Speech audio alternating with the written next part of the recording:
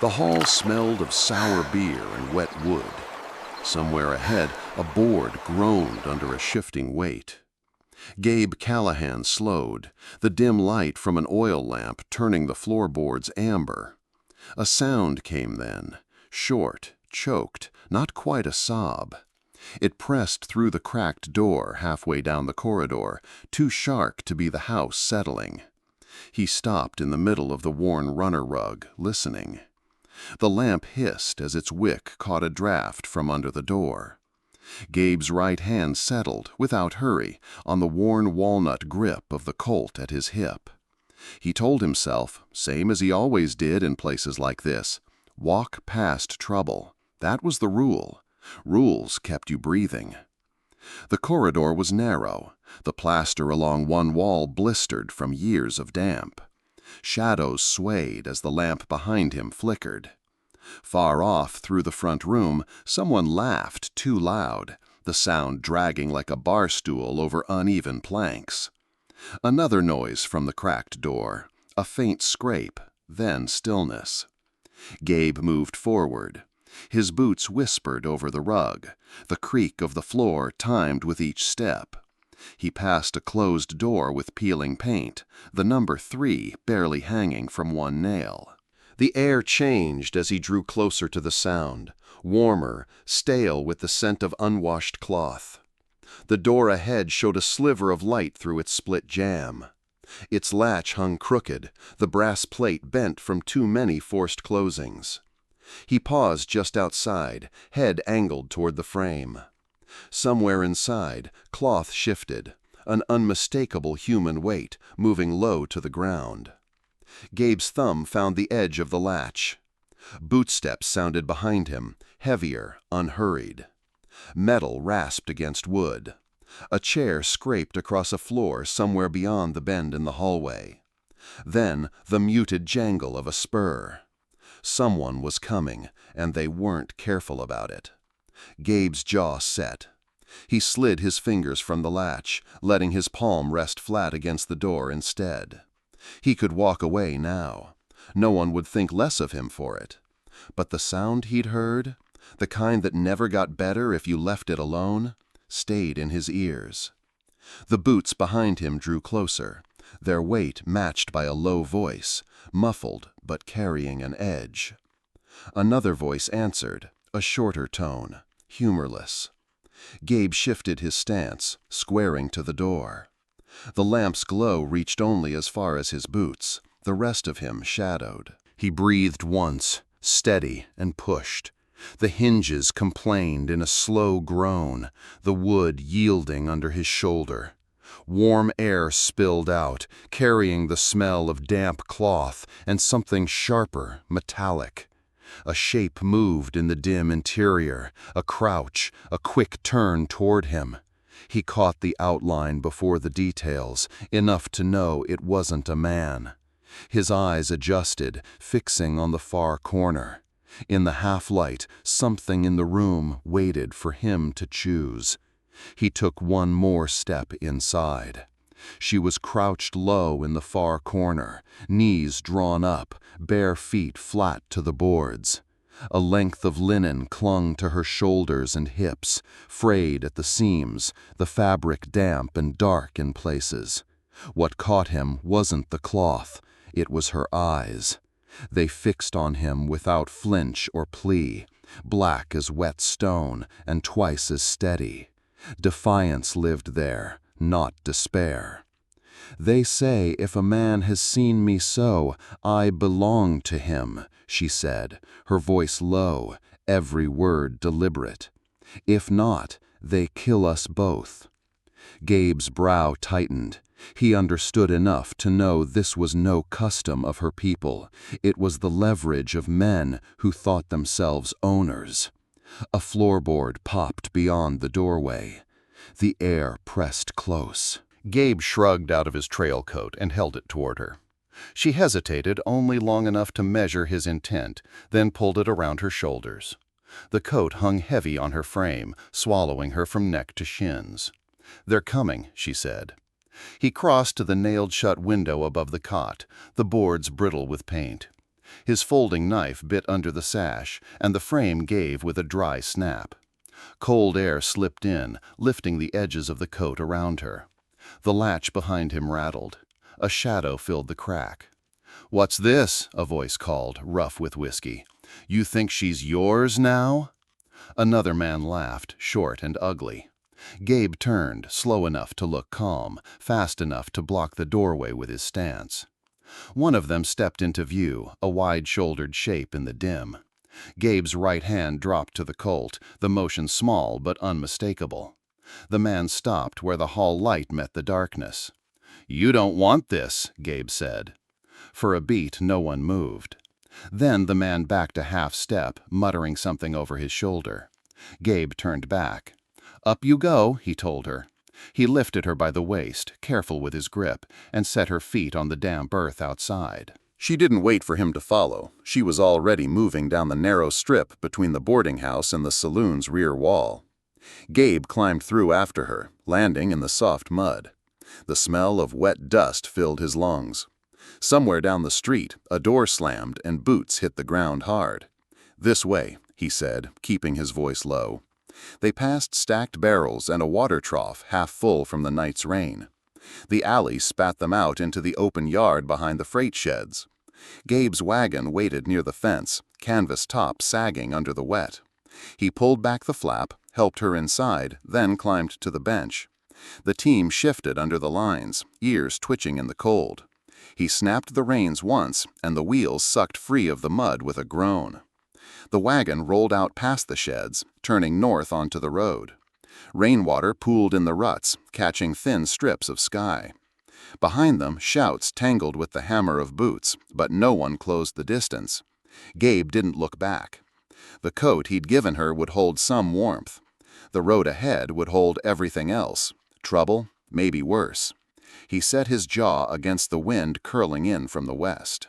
By the time they cleared the last clapboard wall of Pecos Crossing, the choice was made. There'd be no turning it back. If you found this helpful, a quick like really helps us keep creating. The road north out of Pecos Crossing narrowed to a pair of ruts, the edges softened by last night's rain. Low clouds moved like slow herds across the sky, their bellies brushing the hilltops. The team's hooves struck damp clay with a muffled thud. Gabe kept his eyes on the shallow wash ahead, where water still shone in the deeper cuts. The land here held tracks like a ledger, every hoof and wheel marked in plain script for anyone who cared to read it. They'd need to blur theirs before the day got too warm. Ayanna sat on the bench beside him, the trail coat drawn close, watching the horizon without turning her head. She hadn't spoken since they left the last clapboard fence behind. Her silence wasn't heavy, more like the quiet of a place where words weren't yet trusted. They crossed the wash where it twisted between banks of saltbush. Gabe slowed, letting the wheels cut through the water and muddle the clay. "Better here than out on the flat," he said. She gave the smallest nod, eyes still scanning the open country. A faint smudge lifted from the far southern ridge, dust too thin to be windborne. He measured the distance in his head. Whoever was back there was too far to trouble them now, but close enough to close the gap if the trail stayed plain. He flicked the reins. The wagon leaned into the grade, wheels groaning against the weight. They stopped near a cottonwood stand where the ground was broken by old cattle paths. Gabe unhitched the team to let them drink from a shallow pool. He handed Ayanna the tin cup from the saddlebag. She took it without meeting his eyes, the metal cool in her hands. The water caught a ripple of sun through the branches. For a moment he thought of a verse his mother had read more than once, her voice steady over the creak of the old ranch house floor. "Rescue those being led away to death. Hold back those staggering toward slaughter." Proverbs 24:11. It sat in his mind as he watched her drink. He'd stepped into this out of instinct, maybe stubbornness, but now it felt like something heavier had taken the reins. They moved on, following a faint wagon trace that bent northwest. The wind shifted, carrying the smell of mesquite and damp stone. Ayanna glanced back once, then forward again. "You've done this before," she said, not as a question. "Enough times to know what we can't do," he answered. "Can't leave a straight trail, can't stop where anyone's likely to talk." She let the coat fall open enough to reach into her dress pocket, drawing out a strip of dried meat. She tore it in half, holding one piece out to him. He took it, though he'd packed enough food for himself. Small offers counted in the long miles. By late morning, the sun was pushing the clouds east. Heat bled into the ruts, pulling the moisture up in a wavering haze. They'd need to find shade before the horses started blowing hard. He spotted a low rise ahead, dotted with hackberry trees. "We'll cut the trace there," he said. She looked at him for the first time since leaving town. "And after that?" He shifted the reins, steering toward the rise. "After that, we see who's still behind us." The words hung between them until the sound of running water reached their ears. The land opened into a shallow draw, cool air rising from its shadow. They pulled the team in under the trees, and for a while the world beyond the cottonwood leaves didn't press so close. The line shack stood alone on a rise above the draw, its clapboard sides weathered to the color of old bone. One shutter clung to its hinges. The other lay face down in the grass, gray with lichen. Gabe led the team to the lee side, where the wind dropped and the air held the smell of dry wood and dust. Inside, the shack was barely more than a single room. A stove in one corner, a bunk against the far wall, a rough plank table scarred with knife marks. Someone had been here in the last few days. A heel scrape on the floor, a curl of tobacco ash near the door. Gabe's eyes swept the space once, then again, the way a man does when he's learned the cost of missing a detail. Ayanna stood just inside the threshold, her gaze traveling over the walls, the ceiling, the empty shelf above the table. "Fire first," he said, setting his bedroll on the table and striking a match to the kindling in the stove. The paper caught, flame running quick along the curl of it. The warmth began to push back the chill that had settled in their coats. She moved to the bunk, testing the blanket there with one hand, then pulling it clear. Dust rose in a thin veil. "I can shake this outside," she said. "Use the coat for now," he answered. "Blanket can wait." They worked in quiet. Gabe checked the harness for wear, running his fingers along the leather traces. Ayanna found a tin pot in the corner, filled it at the bucket, and set it on the stove without a word. When she came back, she held a shirt of his, the seam along one shoulder torn loose. "If you have a needle," she said, "I can fix this." He dug in the saddlebag and handed her a small bone needle, its surface smooth from years of use. She threaded it with steady fingers, bending over the fabric as the stove ticked and the wind brushed against the shack's walls. Outside, a bird called. 3 sharp notes, then silence. Gabe's hand froze on the strap he was cutting down. The sound had come from the wrong direction for a wild bird. He went to the door and stepped out just far enough to look. The grass near the north slope bore the faint scuff of a hoof, half covered by wind-blown seed. He crouched, touching the edge of the print, fresh enough to keep him from sleeping too deep tonight. When he came back in, she was folding the mended shirt, her stitches straight and close.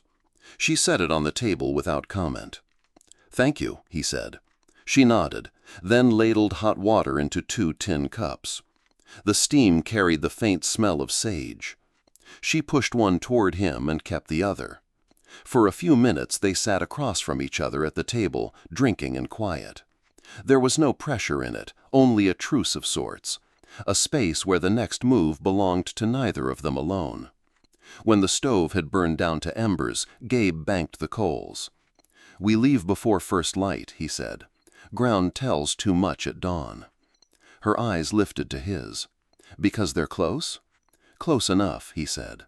She didn't press for more. Instead, she pulled the trail coat tighter around herself, as if that would be enough to keep whatever was out there from finding its way inside. By mid-morning, the land flattened into a stretch of pale grass and scattered mesquite. The track bent toward a low cluster of buildings, a way station for freight wagons and the odd stage, its plank sign swinging on a rusted chain. Gabe reined in just short of the hitch rail. "We'll keep it quick," he said. Ayanna adjusted the coat around her shoulders but kept her chin level.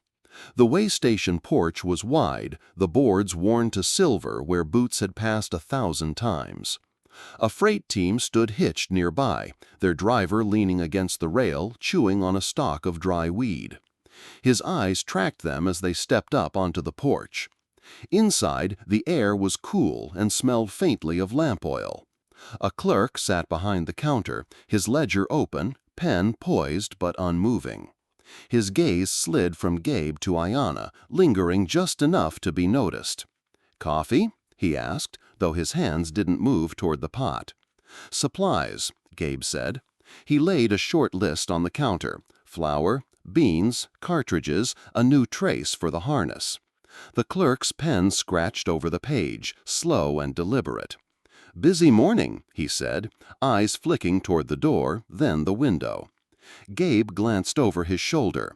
Through the glass, he caught the driver outside shifting his stance, pretending interest in his horses. A low murmur carried in from the porch, another voice now, answering the driver's in a tone too casual to be real. "How long on that order?" Gabe asked. "Soon as I can," the clerk said, though he made no move to rise. Ayanna drifted a step closer to the counter, her presence enough to pull the man's gaze back to her. She didn't lower her eyes. Gabe moved subtly between them, resting one hand on the counter edge. The back door creaked open, and a man in a tan deputy's vest stepped inside, dust clinging to the hem. His badge was tarnished, the leather of his belt stained darker in places. He looked from Gabe to Ayanna, then back again, something calculating in his expression. "Morning," he said. Gabe nodded once. "We're in a hurry." The deputy let his gaze travel the length of Ayanna's coat, as if weighing whether to speak. Whatever he decided, he kept it behind his teeth, for now. He stepped past them to the clerk's desk, murmuring something low. The clerk's pen paused, then moved again. Gabe tapped the counter lightly with 2 fingers. "We'll take what's ready now, the rest can wait." The clerk hesitated, then fetched the flour and beans from a shelf. No cartridges, no harness trace. Gabe took what was offered and set down payment without counting the change. Outside, the freight driver had moved to the far end of the rail, watching them through a haze of dust kicked up by the wind. Gabe helped Ayanna into the wagon, then climbed up himself. They rolled away at a steady pace, not hurried, not slow. The deputy stood in the doorway, arms folded, the clerk at his shoulder. A telegraph pole lined the road ahead, wires humming faintly in the wind. As they passed, Gabe saw the clerk step back inside and glance toward the instrument on the shelf behind the counter. "They were buying time," Ayanna said quietly. "Yeah," Gabe answered. He didn't look back. The sky had been warning them all morning, low, hard-edged clouds building over the western hills, their undersides the color of lead. By the time they left the way station road behind, the light had gone strange, yellow and flat, as if the land were holding its breath. Gabe glanced back once. The far ridge was a blur, but not empty. Whether it was riders or the shimmer of heat, he couldn't be sure. The first gust hit them just as they cleared a rise, snapping the canvas on the wagon. The team flinched, hooves clattering over the packed earth. Gabe eased them down to a walk. "We'll make the sandstone cut if we keep moving," he said. Lightning stitched across the horizon, followed by the low roll of thunder. Then came the sudden sharp sound of leather giving way. The left trace tore halfway through, the weight of the wagon pulling it to the breaking point. He pulled the team to a halt. The wind drove grit into their faces, stinging the skin. Gabe dropped to the ground, checking the damage. "It won't hold like this," he said. Ayanna was already on the far side of the wagon, crouched low, her hair whipped loose from its braid. "There's a wash east of here," she called over the wind. "The sand will cover our trail, and there's a mesquite stand for shelter." He hesitated. His route had been set in his mind since leaving town. But the trace wouldn't last half a mile without a fix, and the storm was closing fast. "Show me," he said. She led them off the road, angling toward a shallow cut in the land. The ground dipped into a narrow channel where the wind scoured the sand smooth. The team's hooves left only faint impressions that the gusts erased within minutes. Gabe pulled a length of rawhide from the wagon chest. "Hold it steady," he told her, nodding to the torn trace. She knelt beside him, her hands firm on the leather while he threaded the rawhide through, cinching it tight. Rain began in scattered drops, each one darkening the dust where it fell. The mule nearest her snorted, shaking its head, and a spray of mud caught her across the cheek. For the first time since they'd met, she laughed, quick, unguarded, the sound cutting clean through the wind's howl. Gabe felt the corner of his mouth pull into something like an answer. He tied the last knot, tugged it twice to be sure, and rose. "That'll hold." They climbed back onto the bench just as the rain came in earnest, driven sideways by the wind. The sandstone cut rose ahead, its red walls slick with water. The team leaned into the traces, the patched leather creaking but holding. As they passed between the high walls, lightning lit the world in a brief, brilliant flash. For an instant, Gabe thought he saw shapes on the ridge, 3 riders, still and watching. Then the darkness closed in again, and the rain swept the view away. Ayanna didn't ask what he'd seen. She only pulled the coat tighter and kept her eyes forward, as if the way ahead was the only thing that mattered. When they cleared the far end of the cut, the storm began to lose its edge, the thunder trailing off into distance. Behind them, the wash was already filling with water, any trace of their passage gone. They kept moving. Whatever had been on that ridge, it would have to find another trail. They made camp in a shallow arroyo, the kind cut into the land by years of sudden floods. The walls rose high enough to break the wind, and the narrow opening to the east framed a strip of darkening sky. Gabe kept the fire small, just enough to warm the pot and cast a circle of light on the sand. Not far down the wash, another fire flickered. A group of drifters, their voices carrying in the still air. Gabe had spotted their horses earlier, tethered among the mesquite. Ayanna sat across from him, her knees drawn up under the trail coat. She was quiet, watching the shadows the flames threw against the rock. Gabe could tell she was listening too. "Heard Dyer's put the word out," one voice said, low but clear. "Wants the girl back in one piece." "More than him. There's a rail camp boss in on it. Been moving girls up north, selling 'em on. She talks, they all hang." The first man chuckled without humor. "That deputy in Pecos'll see to it she don't. He's already been paid to turn his eyes." Gabe's hand tightened around the tin cup. The men spoke casually, like it was weather they were discussing, something inevitable, not worth outrage. Ayanna shifted slightly, her gaze fixed on the fire, but her jaw set. She didn't look at him, and he didn't volunteer that he'd just heard her death sentence if she fell into Dyer's hands. The drifters kept talking, names, places, the kind of details men share when they think no one's listening. Gabe filed them away. When their voices faded into the hiss of the arroyo wind, Ayanna looked up. "They're closer than you'd like," she said. He gave a short nod. "Close enough that we'll need to be at the Box Canyon by tomorrow dusk. 3 riders can't flank you there." She studied him for a moment. "You knew this was dangerous before you stopped for me." He didn't answer right away. "Some things don't get measured that way," he said finally. Her gaze softened, but only a fraction. "And some things do." The fire popped, sending a small spray of sparks into the air. She reached for the pot, poured a little coffee into his cup. As she did, he noticed the split skin across her knuckle, likely from the rawhide work earlier. Without thinking, she tore a strip from his old shirt and tied it over the cut. He let her, though it felt strange to be on the receiving end of care. The night deepened, the wind threading through the mesquite above. Somewhere out on the flats, a coyote called, the sound rising and falling like a question with no answer. They bedded down in turns, Gabe taking the first watch. He sat with his back against the arroyo wall, rifle laid across his knees, listening to the hiss of sand sliding down the slope. Every so often he glanced at her sleeping form, the firelight touching her face in brief, uneven strokes. He thought about the men down the wash, the bounty on her, and the verse that had been sitting with him since the crossing. If they made it to the canyon, there'd be choices to make, choices that would cut deeper than any trail through this land. The next afternoon they rolled into San Miguel, a wind-blown stop of 3 streets and a rail spur. The place smelled of coal smoke and sun-baked wood. Gabe kept the team steady as they passed the livery, the blacksmith's hammer ringing against the anvil in slow, deliberate beats.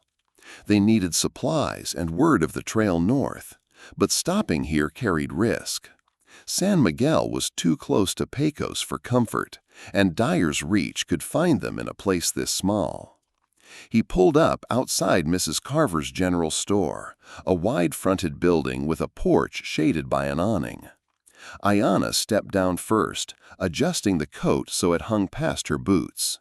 She carried herself straight, though Gabe could feel eyes on them from every doorway. Inside, Mrs. Carver was behind the counter, spectacles low on her nose as she tallied a ledger. She looked up, smile quick and warm. Gabe Callahan thought you'd sworn off town visits. Needed a few things, he said, setting a list on the counter, and I'll settle the account before we go. Mrs. Carver's gaze shifted to Ayanna. It wasn't unkind, but it was assessing. You're far from home, dear. Before Ayanna could answer, the door opened and a man in a town deputy's vest stepped in. Not the same one from Pecos, but his badge had the same dull shine, his eyes the same calculating light. "Well now," he said, "word was you'd been keeping company with a runaway." The store went still. Mrs. Carver's hand paused over the ledger. Gabe didn't move from the counter. "This is my wife," he said, the words calm but carrying enough steel to cut through the air. "Any man says otherwise can take it up with me directly." A murmur rose from the back of the store. One of the loafers leaning on a barrel muttered something and looked away. The deputy's gaze flicked between them. "Didn't hear of a wedding?" "Don't recall needing your permission," Gabe said. Mrs. Carver straightened, her tone brisk now. "Then she's a Callahan, and that's the end of it. You'll find no gossip worth the ink in this store." The deputy hesitated a heartbeat too long, then tipped his hat and left, the door shutting harder than it needed to. Ayanna stood very still beside him, her fingers brushing the counter as if to ground herself. When Miss Carver turned to fetch their supplies, she let out a breath she'd been holding. "That won't stop them," she said quietly. "No," Gabe agreed, "but it'll close one door they were planning to use." They left the store with flour, salt, and a coil of new rope. As they loaded the wagon, Gabe saw Mrs. Carver watching from the doorway. She gave a small nod, approval or warning, or both. On the road out of San Miguel, the silence between them was different than before. It wasn't the wary quiet of strangers, but the measured calm of 2 people who'd crossed a line together and couldn't go back. The sun was low when they cleared the last buildings, the road stretching ahead into open country. Wind curled dust across the ruts. Somewhere beyond the horizon, Dyer's riders would hear soon enough what Gabe had said, and they'd take it as a challenge. Ayanna glanced over at him, her expression unreadable. "Why would you claim that?" He kept his eyes on the road. "Because some lies are easier to kill than to outrun." If you're still watching right now, drop a 1 in the comments so I know you're still with me on this journey. Dawn crept in thin and gray over the rim of the canyon, dragging the night's damp with it. The walls on either side rose sheer, streaked with old rain and fresh glisten. Gabe had chosen the mouth where the stone pinched to wagon with. Once they pulled the team across, no one would come through without facing them head on. Ayanna helped angle the wagon, bracing her shoulder against the rear wheel while he steadied the mules. Breath hung white in the cold air. Somewhere beyond the bend, a jay's harsh call broke the stillness. He checked the Colt, then the Winchester, laying cartridges in neat rows on the folded tarp. Each metallic click seemed to tighten the air. She moved alongside, counting out what she could load and keep close. No wasted motions, no wasted words. The ground underfoot was slick from last night's storm, the kind of damp that left a fine sheen over every rock. He'd filed that away. Slick stone could turn a horse at the wrong moment, maybe buy them seconds they didn't have. They stood together for a long minute, each watching the open strip of pale dirt beyond the wagon tongue. The canyon funneled every sound. Even a rabbit's movement came as a whisper of pebbles. "They'll come," she said, not asking. "They'll come," he agreed. He drew in a breath and let it out slow. "The Lord is my light and my salvation. Whom shall I fear? The Lord is the strength of my life. Of whom shall I be afraid?" She turned her head, not in surprise, but in quiet acknowledgment. Somewhere far up the canyon, the first hollow drum of hoofs rolled toward them. Ayanna stepped closer to the wagon's cover, resting one hand lightly on the rim. Gabe took position at the gap, rifle at the ready, but muzzle low, eyes fixed where the trail bent out of sight. The hoofbeats grew, the rhythm tightening, echo climbing the rock face. Shadows flickered on the far wall, long legs, man and horse, drawing nearer with each breath. Gabe felt the old instinct coil tight in his chest, but it wasn't the same as before. This time, he wasn't here by accident or by someone else's call. This time, he had chosen the ground, chosen the fight. The shadows resolved into riders, 3 across, the lead man's hat brim low over his eyes. They were here. The first rider eased his horse just short of the wagon's tongue, letting the animal sidestep on the damp stone. The man's face was leaner than Gabe remembered, but the eyes were the same, pale, watchful, and hard as hammered tin. "Callahan," Rex Dyer said, his voice carrying without a shout. "You've put yourself in the wrong place at the wrong time." "Looks to me," Gabe said, "like I'm standing where I mean to." Dyer's gaze slid past him to the woman at the wagon. "You've got something belongs to me." Ayanna stepped forward before Gabe could answer. Her hands were steady at her sides, her voice low but carrying.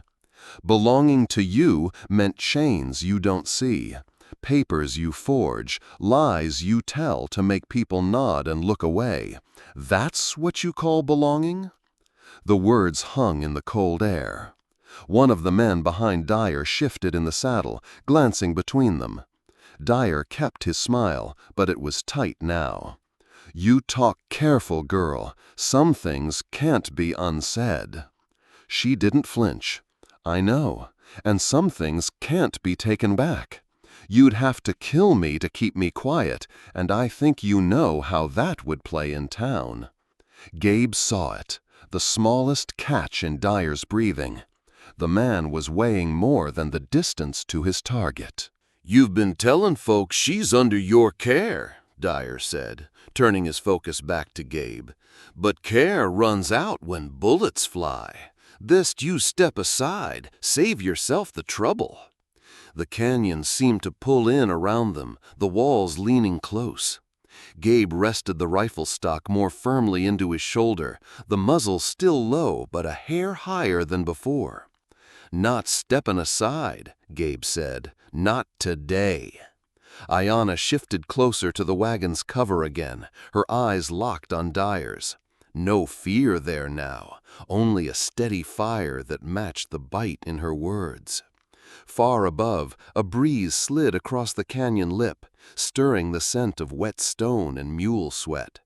Sunlight began to edge into the mouth of the gap, catching on the metal of Dyer's stirrup. The lead man's fingers twitched once toward his holster. His horse blew a sharp breath into the cold, ears flicking forward. Gabe's own breath slowed, counting beats in his head. He knew the next moment would tip one way or the other. There'd be no pulling it back. The twitch in Dyer's fingers became the lean of a man ready to draw. Gabe didn't wait for the glint of steel. He raised the Winchester in one smooth motion, the barrel cutting the narrow space between them. The shot cracked like the canyon itself splitting. The round struck the rock 6 inches in front of Dyer's lead horse. Shards of wet stone and a burst of dust spat up into the animal's face. The bay gelding reared, iron shoes scraping for purchase on the slick ground. Behind it, the second horse danced sideways, catching its haunch against the canyon wall. The narrow formation broke in an instant. Gabe kept the muzzle steady, following the lead man's chest. He didn't cycle the lever yet. The empty space between shots carried its own weight. Dyer fought the reins, his jaw tight, boots braced. You think scaring a horse makes you the better man? I think keeping you alive when I've got the shot makes me the better man, Gabe said. His voice stayed flat, even. You're breathing right now because I chose it. A low roll of thunder wandered down the canyon from some distant storm. One of the pack horses skittered, hooves slipping on a patch of algae-dark stone. The sound of sliding metal shoes rang sharp before the animal caught itself. Ayana's hand rested on the wagon's sideboard, fingers curled around a second rifle she'd loaded without a sound. She didn't speak, but Gabe felt her presence behind his shoulder, steady, aligned with him in every line of her stance. You ride out of here, Gabe said, and you tell whoever's paying you that this trail's closed. You push one more step and the next round won't be a warning. The 2 men flanking Dyer shifted, eyes darting to the canyon walls, the slick footing, the rifle aimed dead true. Dyer's gaze locked with Gabe's, weighing the truth in it. The pale eyes narrowed, then flicked toward Ayana. He saw she wasn't looking away. The canyon air held still, waiting. Then Dyer eased his reins a half-inch. The gelding stamped, still edgy, steam rising off its neck. He hadn't turned yet, but the tension was starting to slip, 1 grain at a time. Gabe's finger stayed alongside the trigger guard, not inside it. The message was already sent. Now it was up to Dyer whether to take it. Dyer's shoulders shifted, the set of a man recalculating his odds. The bay gelding's ears flicked back, catching the echo of a loose pebble skittering down the wall. You think this is over, he said, but you can't sit watch forever. Don't need to, Gabe replied, just long enough for word to run ahead of you. Folks in San Miguel already know you rode this way. They'll be wondering why you didn't come back with your prize. A shadow crossed Dyer's face. Not fear exactly, but the awareness that a misstep here might cost him more than pride. Reputation in these territories was a currency, and the wrong story could bankrupt a man faster than bullets. The second rider leaned close, murmuring something too low for Gabe to catch. Dyer's jaw tightened, but he gave the smallest nod. His eyes came back to Gabe. This won't end clean. Never does, Gabe said. For a moment, the only sound was the wind curling between the canyon walls, brushing through the wagon's canvas. Then Dyer jerked his chin toward the trail behind him. The other 2 men wheeled their horses, the shuffle of hooves loud in the narrow pass. Dyer lingered a breath longer, his gaze flicking once more to Ayana. If he meant to speak, the thought died unvoiced. He turned the gelding, the animal's shoes striking sparks against a dry patch of stone as they moved off. They disappeared around the bend, the hoofbeats fading until only the whisper of wind remained. Ayanna stayed on the porch step of the wagon tongue, her posture upright, but her hands pressed against her thighs to still their tremor. Gabe lowered the Winchester, breaking the lever and sliding the spent shell into his palm. The brass was still warm. "You all right?" he asked. Her voice was quiet, deliberate. "I'm still here."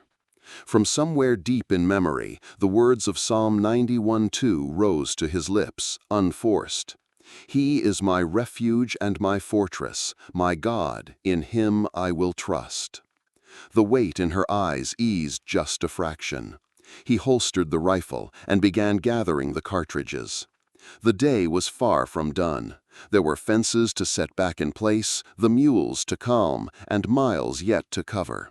But the ground they'd chosen was theirs, and they'd held it.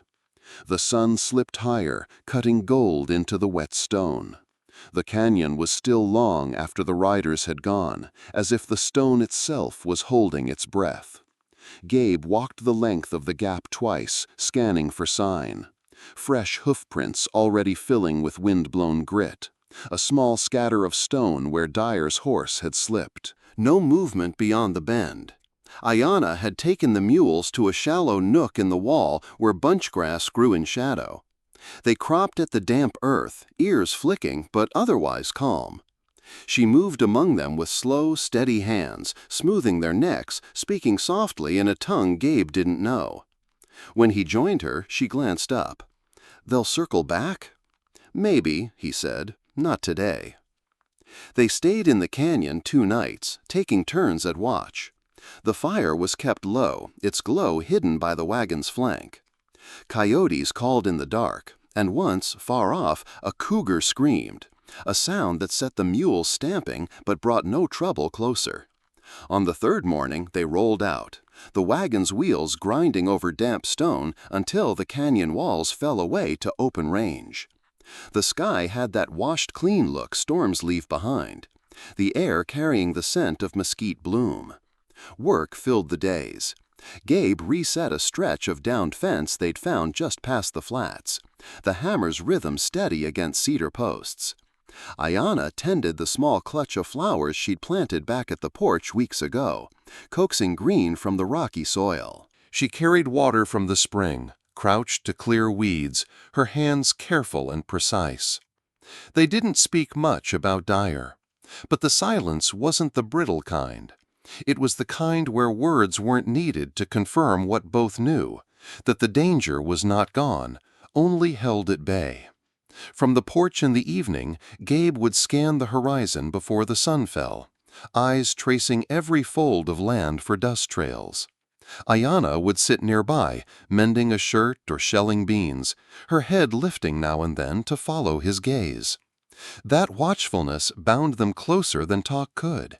She had stood beside him in the canyon, and he had claimed ground on her behalf. Both knew the weight of that without needing to speak it. One night, as the stars burned sharp against the black, Gabe caught her humming, a low, almost tuneless sound. It wasn't joy exactly, but it wasn't fear either, something in between. And in that small sound, he heard the first loosened stone in the wall she kept around herself. The heat broke in the afternoon, clouds stacking black and high above the ridge. By the time Gabe spotted the first silver threads of rain, the wind had turned cool and restless, whipping dust from the yard. He was halfway to the lower gate when the first mules screamed from the far pasture, ears flat, hooves drumming the packed earth. The scent of rain was already thick in the air.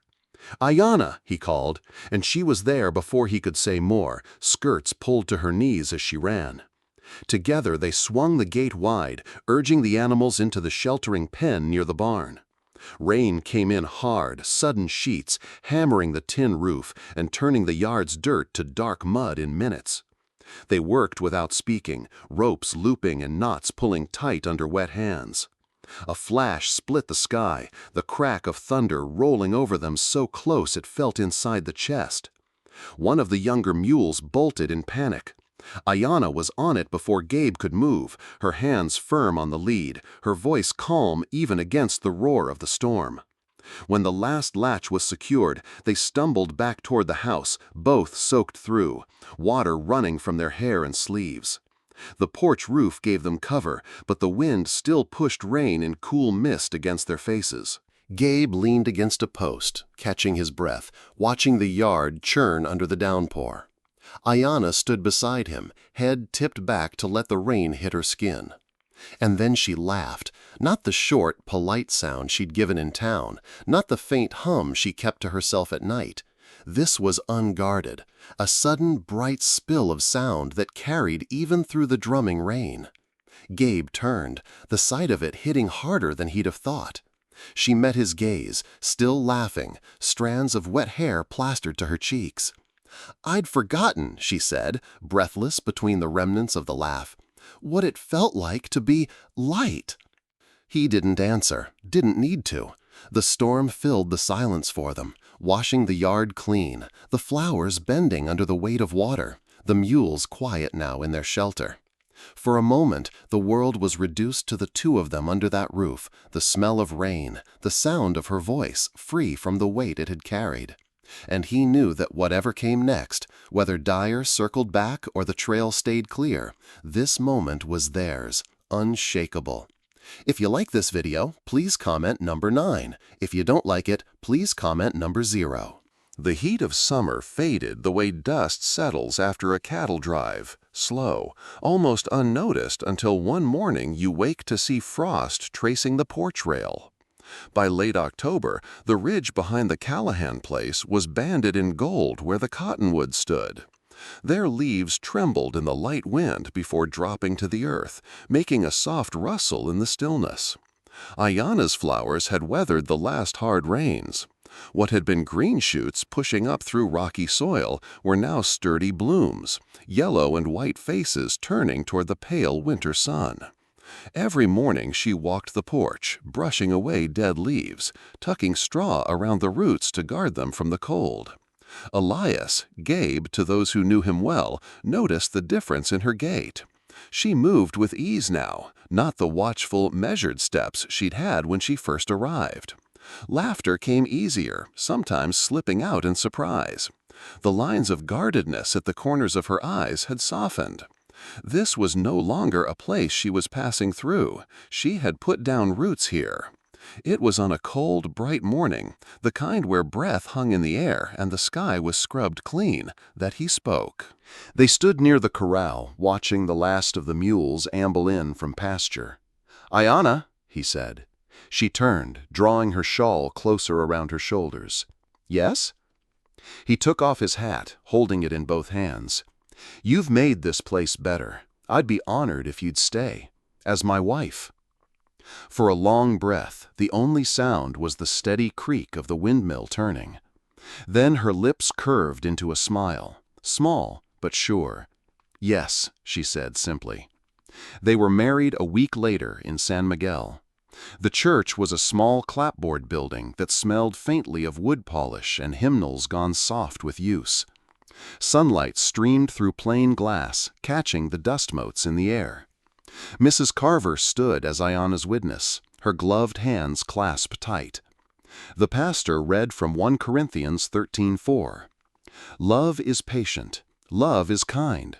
It does not envy, it does not boast, it is not proud." Ayanna wore a plain cream dress Mrs. Carver had helped her stitch.